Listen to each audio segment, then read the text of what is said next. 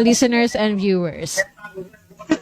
Good morning po. Ako po si Attorney Imperial, yung bago nyong acting election officer. At sa mga tagapakinig ng Pulis Talakayan, magandang umaga po.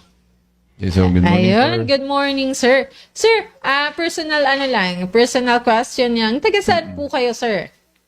I'm from Numancia. Actually, I was an election assistant of Calibo, Aklan. I passed the bar last December. So pag-retire ni Ma'am Elma, akong nilagay na acting officer dito. Ayun. Oh, fresh pala si sir, passer ng Oo, bar. Sir, fresh passer ng congratulations, sir, no? At of course, thank you, you. sir, na nandito ka sa Malay. And of course, how did you take it, sir? Na ma-assign ka dito sa Malay?